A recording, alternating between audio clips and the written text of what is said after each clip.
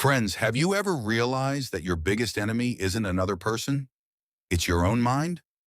You go to bed at night, but your mind just won't stop. One small thing keeps circling for hours. Fear of the future, other people's opinions, the same negative thoughts on repeat, and slowly overthinking steals your happiness, your confidence, and your present moment. But what if I told you your mind isn't broken? It's just wired the wrong way, and it can be rewired. This one secret has already helped millions of people around the world. In today's video, we'll explore how anxiety and overthinking are actually created in your brain, why your mind keeps building worst-case scenarios, and which practical techniques can make you calm, focused, and mentally strong. If you truly want to take control of your mind, watch this video till the end, because one small shift in understanding can change your entire way of thinking. If you enjoy life-changing book summaries like this, subscribe to the Listening Library channel right now. Like the video and hit the bell icon so every new piece of knowledge reaches you first. And before we begin, just write in the comments, I control my mind, because change always starts with a decision. Part 1. Understanding how anxiety works. Have you ever noticed that two people react completely differently to the exact same situation? One person stays calm even in difficult circumstances, while another becomes restless over something small. The difference isn't in the circumstances, it's in the story our mind tells itself about those circumstances. This is exactly where anxiety is born. Many people think anxiety is just an emotion, but the truth is, it's an entire system that affects your thoughts, feelings, body, and behavior together.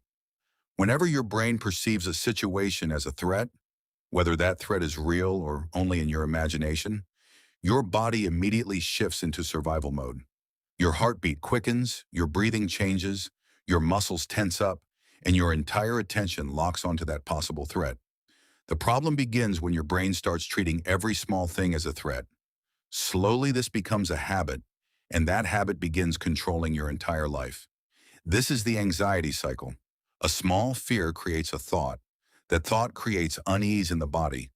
The body's unease makes the fear feel even more real, and that fear then gives birth to new thoughts. This cycle keeps spinning until a person starts believing they can never escape it. But the most important thing is, this cycle isn't something you're born with. It's learned over time, and whatever can be learned can also be changed. Now the question is, why does this cycle become so powerful? The answer is our habit loop. Our brain always wants to conserve energy, so it converts repeated behaviors into habits. Suppose you once felt intense nervousness before a presentation. If you tried to avoid that situation, your brain learned that avoidance equals safety. The next time the same situation arises, your mind will react the same way without even thinking. Over time, your brain starts linking every new challenge to that old fear. This is the anxiety habit loop. A trigger appears, fear is born, you avoid the situation, you feel temporary relief, and your brain treats that relief as a reward, reinforcing the same habit even further. This is why avoidance feels good in the short term, but multiplies anxiety in the long run. The more you run, the more your brain becomes convinced the danger is genuinely huge. Now think about this. If your brain can learn a wrong habit, can't it also learn a new one? Absolutely, it can. This is where rewiring begins.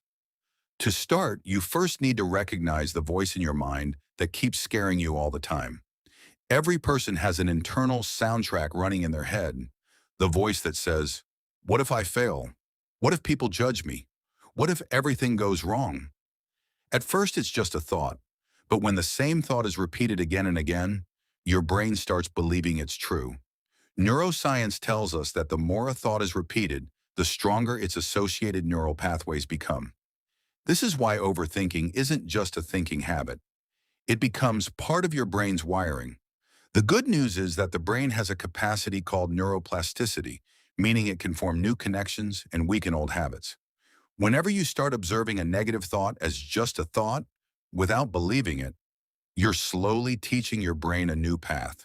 For example, if your mind says, I can't do this, instead of instantly believing it, ask yourself, is this a fact or is this just my fear talking? This one small question breaks your brain's automatic mode. Slowly, your mind learns that it doesn't have to believe every thought. Anxiety's biggest weapon is convincing you that your thoughts are reality. But the truth is, thoughts are just mental events. They come and go. You are not your thoughts. You are the one observing them. As this understanding deepens, anxiety's grip begins to loosen. But there's another big secret hidden here.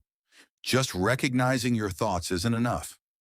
Real change begins when you understand exactly when your brain creates the most confusion, and why your fear so often appears far bigger than reality.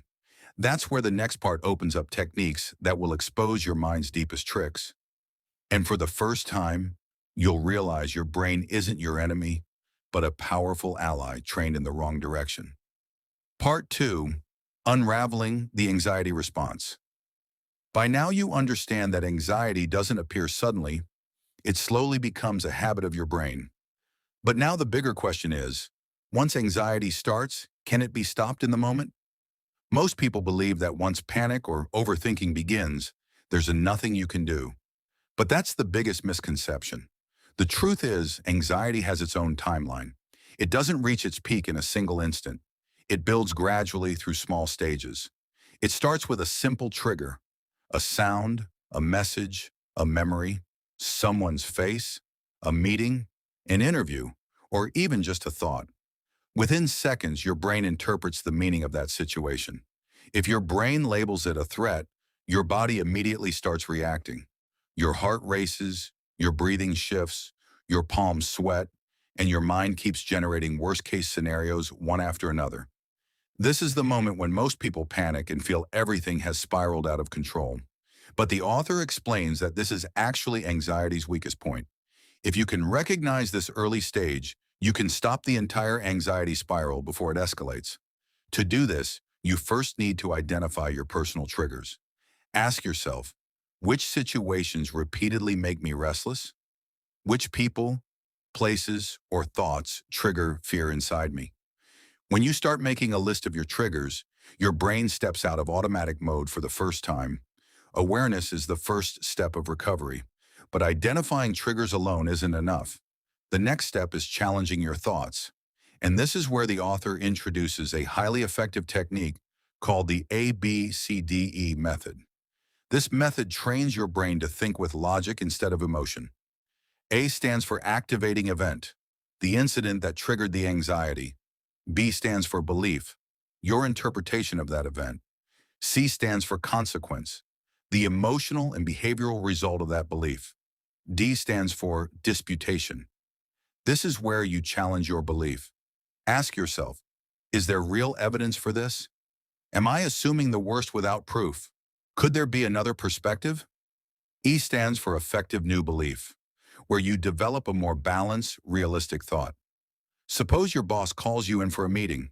Your first thought is, maybe I'm getting fired. That single thought sends your whole body into stress, but using the ABCDE method, you'd ask, did they actually say that? Have they called me in before just to give feedback? Do I have any real evidence they're planning to fire me? As soon as your brain starts searching for answers to these questions, the fear begins to weaken. This is why the most effective way to defeat anxiety isn't to fight it. It's to investigate its story. But anxiety doesn't only grow from thoughts, it also grows from our expectations. We often set rules for ourselves that don't match reality at all. We believe we must always be perfect, that everyone must like us, that we should never make mistakes, and that our future must always be under our control. But life doesn't follow these rules. The moment reality collides with our expectations, anxiety is born. The author explains that the more unrealistic your expectations, the more disappointment and restlessness you'll feel. So the goal isn't to lower your standards, it's to make them realistic. For example, if you believe I must succeed at everything, every failure will break you. But if you believe I will try my best and learn from my mistakes, your brain starts seeing growth instead of threat.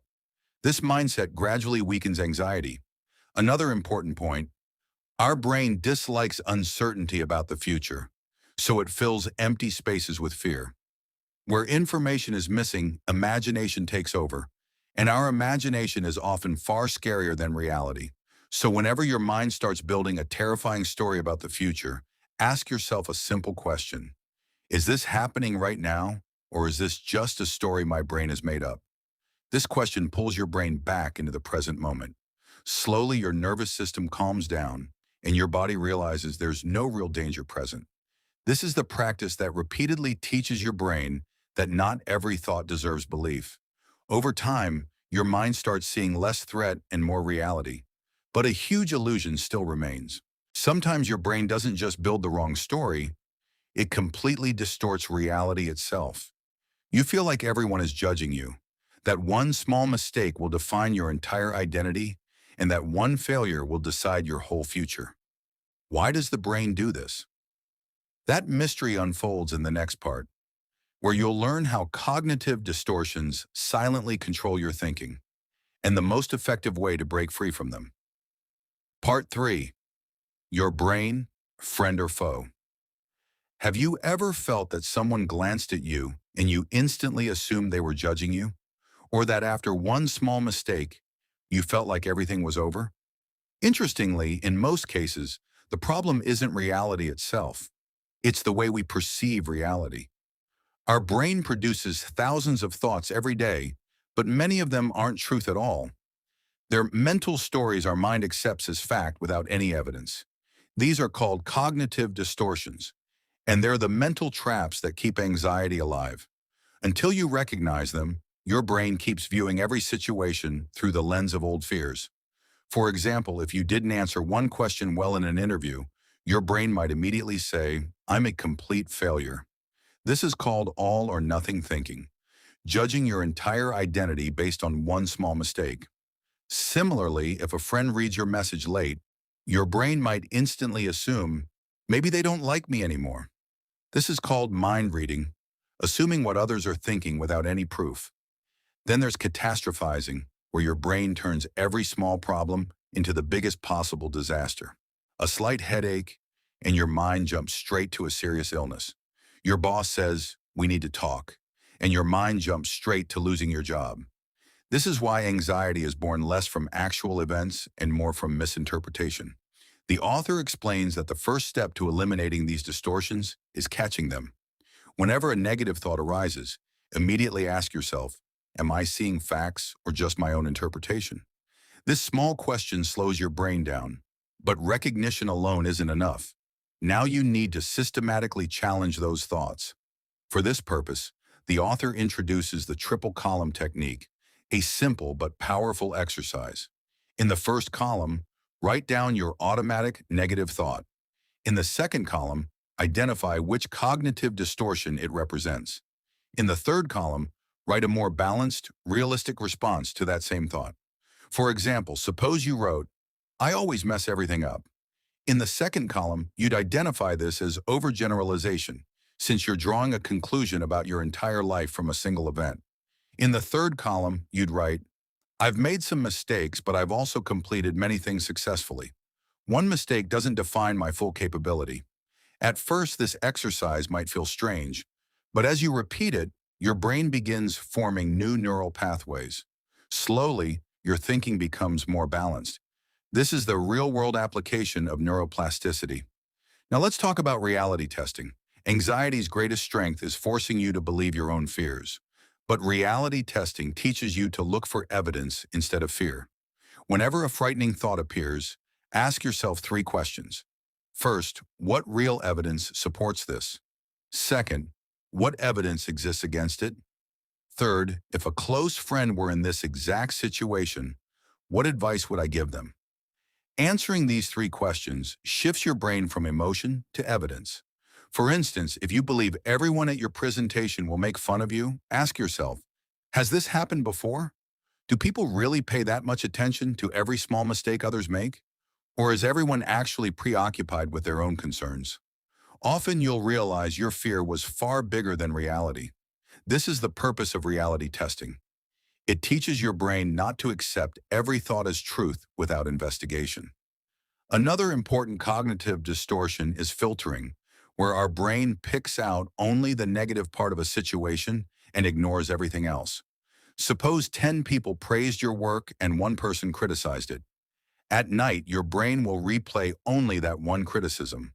This mental filter is what steals your happiness.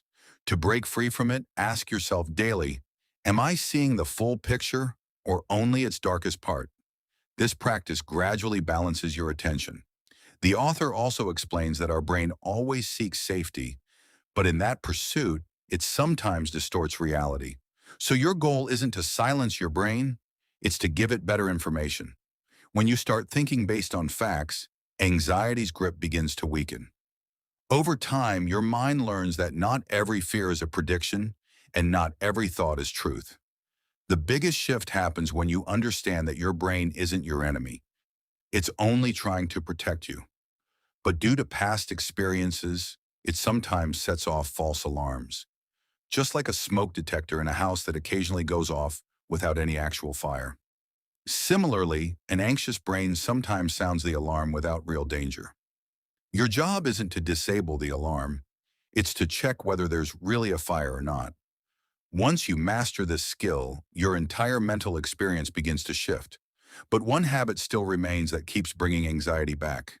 Taking everything personally, placing yourself at the center of every situation, and constantly fighting uncertainty. In the next part, you'll learn how simply shifting your perspective and creating a little distance from yourself can remarkably reduce anxiety's power. Part 4. Taking a step back. Imagine you're sitting in a theater watching a scary movie play out on screen. As the story progresses, your heart starts racing, your palms start sweating, and for a moment it all feels real. But then suddenly you remember, this is just a movie. In that instant, your entire experience changes. The movie stays the same, but your relationship with it changes. The author explains that this is exactly what happens with anxiety. The problem isn't usually our thoughts themselves. It's that we completely fuse with those thoughts. We believe whatever our mind says is the absolute truth. This is where the technique the author calls the Batman effect comes in. The name sounds like just an interesting example, but it holds a deep psychological insight. When Bruce Wayne faces a difficult situation, he doesn't see himself as just a frightened person. He sees himself as Batman. This doesn't mean he changes his identity. It means he creates a small mental distance from his fear. This same technique works for us too. When you say to yourself, I am scared, your brain fully fuses with that fear. But if you say, my brain is currently feeling fear, a small distance forms between you and that emotion. This tiny shift begins calming your nervous system. Research also shows that when we practice self-distancing, talking to ourselves in the third person, the intensity of our emotional response decreases. For example, if your name is Rahul, ask yourself, what would Rahul do in this situation? Or, what does Rahul need most right now? This approach helps you think with wisdom instead of emotion. Anxiety wants you trapped inside it, but the Batman effect gives you the power to rise above it and see the full picture. Now let's address a problem that has stolen the mental peace of millions: uncertainty. Our brain wants to fully know the future. It wants every question answered in advance, every risk eliminated, and every outcome under our control. But life doesn't work that way. No one can know what tomorrow holds. Yet an anxious brain keeps trying to control the future anyway, and this constant effort exhausts it. The author says the root of anxiety isn't just fear, it's the inability to accept uncertainty. The more you try to make the future completely safe, the more restlessness you'll feel, because your brain is trying to control something that simply cannot be controlled. So recovery doesn't mean eliminating all uncertainty. It means learning to become comfortable with it. This is called tolerating uncertainty. It starts with small practices. Don't try to find an immediate answer to everything. Don't overinterpret every message. Don't plan in advance for every possibility. And let some questions remain unanswered. At first, your brain will resist, but gradually it will learn that safety is possible even without certainty. This practice strengthens your mental flexibility. Now let's talk about externalization, one of the most powerful techniques in this section. Most people say, I am anxiety. But the author explains this belief itself is the biggest mistake. Anxiety is not your identity. It's just an experience. When you make it your identity, escaping it becomes far harder.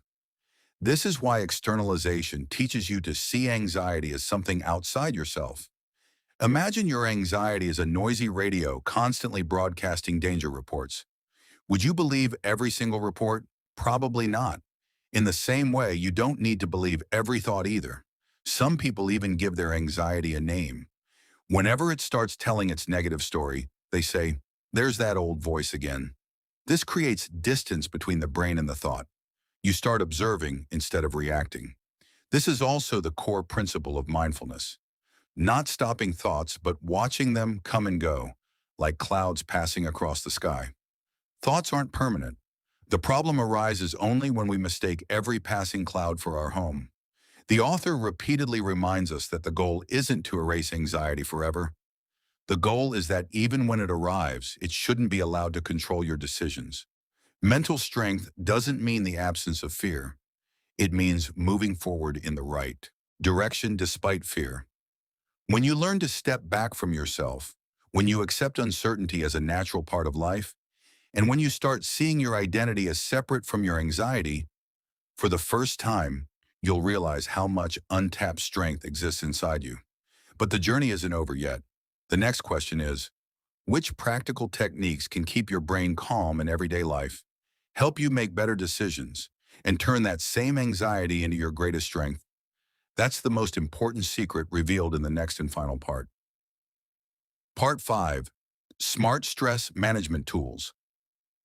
By now you understand how anxiety is created, how wrong thinking strengthens it, and how stepping back from your thoughts can weaken it.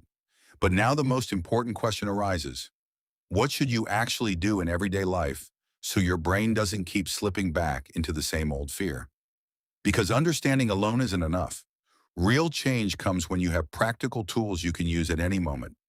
This is why the author dedicates this final part to techniques that help organize your brain, improve decision-making, and turn anxiety from a weakness into a strength. Let's start with mind mapping. When our brain is under stress, it starts thinking about too many things at once. It feels like dozens of browser tabs are open in your mind simultaneously. Every unfinished task, every fear, every responsibility, and every future worry competing for attention at the same time. This is exactly what mentally exhausts a person. The author says the problem isn't that you have too many thoughts, it's that they're all spinning inside your head at once.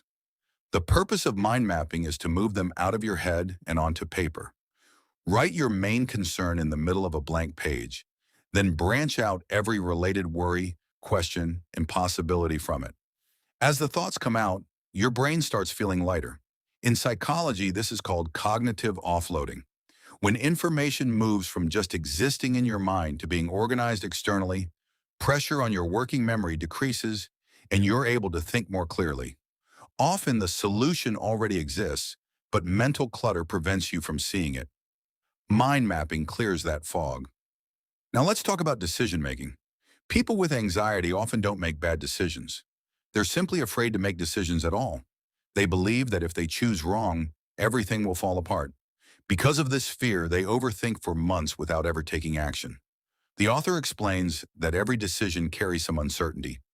There's no such thing as a perfect decision. People who live better lives are the ones who make decisions based on available information and then adjust as needed. If you keep waiting to be 100% certain every time, your brain will remain permanently trapped in anxiety. So when making a decision, ask yourself, what information do I have right now? What's the most likely outcome? If things don't go as planned, what can I do about it? These questions pull you out of fear and into action. Remember, indecision is also a decision, and often the most costly one. The author also notes that our brain doesn't weigh every risk equally.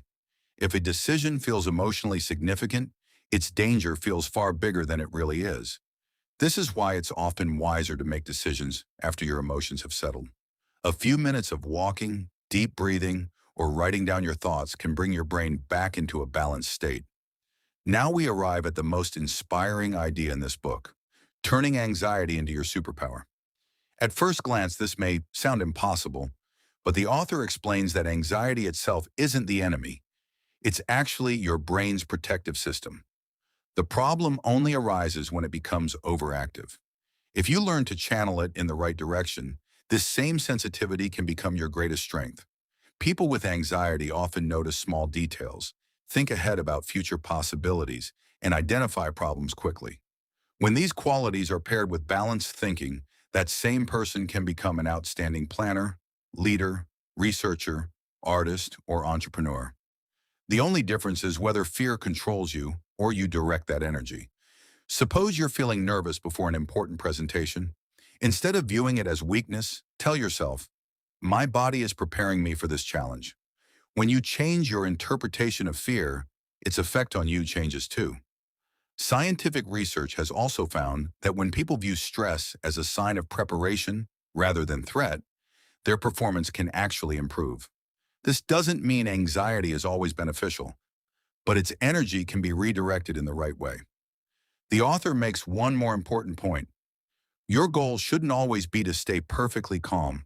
Life will bring stress, challenges will come, and sometimes you will feel afraid. Mental strength doesn't mean having no emotions at all. It means making decisions aligned with your values even while feeling those emotions. That is true freedom. When you recognize your thoughts, challenge them, accept uncertainty, learn to make sound decisions, and convert your stress into useful energy, your entire personality begins to transform. Your brain stops looking for danger in every situation and starts seeing opportunity instead. This is the true meaning of rewiring. Gradually, you'll notice that situations you once ran from, you now face with confidence. Your focus will improve, your relationships will strengthen, and most importantly, you'll learn to live in the present. Because in the end, the quality of your life isn't determined by how many thoughts cross your mind. It's determined by how much control you have over those thoughts. And once that control is in your hands, anxiety no longer becomes the end of your story. It becomes the beginning of a stronger, calmer life. Conclusion. If you followed this entire journey closely, you may now realize that your biggest battle isn't with the world. It's with your own mind's habits, patterns that have run unquestioned for years. Anxiety is not a weakness. Overthinking is not an identity, and fear is not a permanent truth. These are simply mental patterns your brain has repeated over and over. And the good news is, the same brain that learned these patterns can also unlearn them. That is the biggest message of this entire book. Change doesn't come from one motivational video, one quote, or one day of enthusiasm. Change comes when you make your thoughts a little better every single day, give your fear a little less weight every day, and teach your brain every day that not every situation is a threat. Remember, your mind is like a garden. If you plant seeds of fear, doubt, and negative thinking, restlessness will grow. But if you plant seeds of awareness, patience, gratitude, and right thinking, that same mind will become your greatest strength. Life's challenges will never fully end. People will change, circumstances will change, and the future will always remain uncertain. But when your mind becomes steady, outside storms can no longer shake your inner peace. So the next time your brain shows you a worst-case scenario, don't believe it instantly. Pause for a moment, take a deep breath, and ask yourself, is this true, or is this just my frightened mind talking? Sometimes that one question can change your entire direction. Remember, courage doesn't mean the absence of fear. Courage means taking the right step despite fear. Confidence doesn't mean never feeling nervous. Confidence means moving forward despite the nervousness. And mental peace doesn't mean the absence of problems. It means your mind stands with you even in the midst of problems.